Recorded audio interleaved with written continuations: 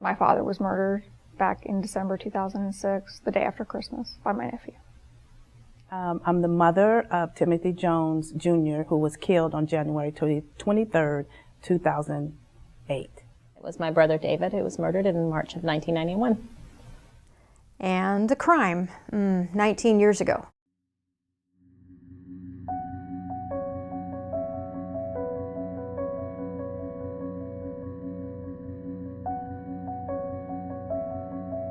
Him and this other 19-year-old kid were supposed to get off at the next station to settle it with a fist fight.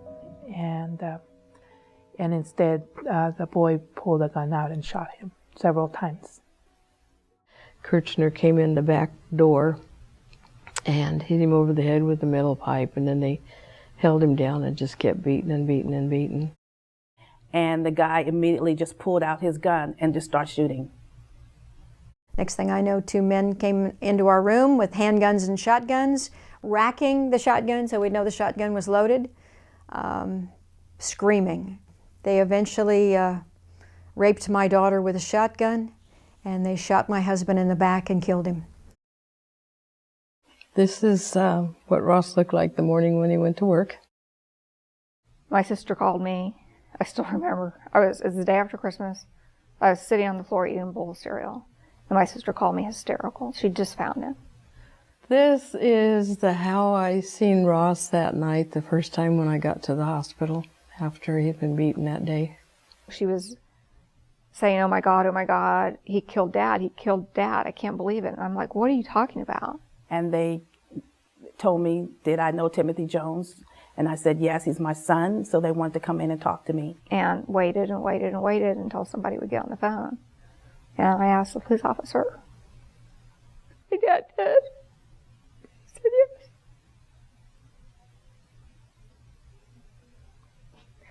And it's been 3.5 years and it's still kind of hard to believe.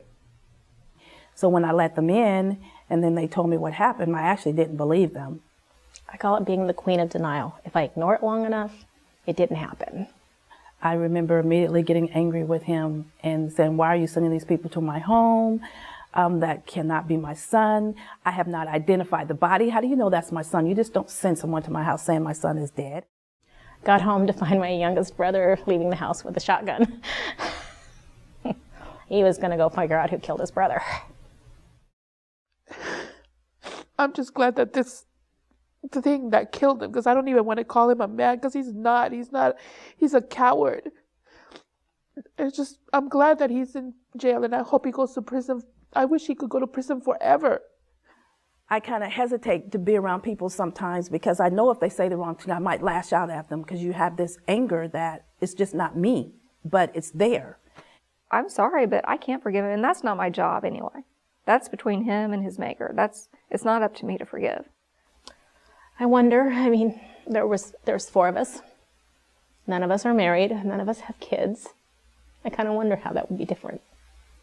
Would we have, would we have, gotten married? Would we have kids? To be honest with you, I think I'd rather have my son dead than to spend 50 years in prison. I think that would be worse. Funeral, grief, you're all over the paper. You're not just your husband's dead.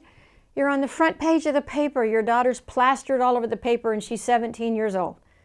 And every way you can describe a rape with a shotgun, they describe it. I cry every day, and it's been 8 months, and I think, maybe some people are right. Maybe I shouldn't be crying every day, but I can't stop. I went away to college, got on drugs, had a gun, was going to kill herself. I haven't worked in 3 years, and I almost, was as close to having a nervous breakdown, I think, as a person could be. It was 10 years afterwards before I could even say that my daughter was going to live. 10 freaking long, agonizing years to say she was even going to live. You lose your identity. I'm not the same person I was. And some people don't ever get over it. Some of us do. Some of us, had a friend that all she could do is go to the cemetery every day and go back home, go to bed. And so my thing was to talk about forgiveness from the beginning. Didn't know how I was going to do it, but knew I had to. Knew I had to forgive them. That does not mean they don't go to prison. That does not mean you don't testify. That does not mean any of those things. It means I'm not full of hate. Your life is never going to be what it was prior. You have to figure out what's normal. Well, you know, you get to the point where you laugh. You get to the point where you enjoy your life. But there's always that little bit of, this is missing, you know. I have to stay strong. I have to stay strong for my other two children that are going through a lot right now with the loss of their brother. So some people times they think you're cold.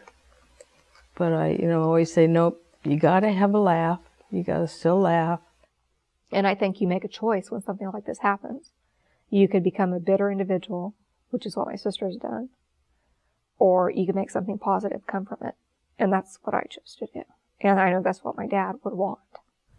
My life is not half empty. My life is not half full. My life is full. I am not worse off for this. I am better off for this. I'm a different person, but I'm better off. I'm not a victim. I'm a survivor.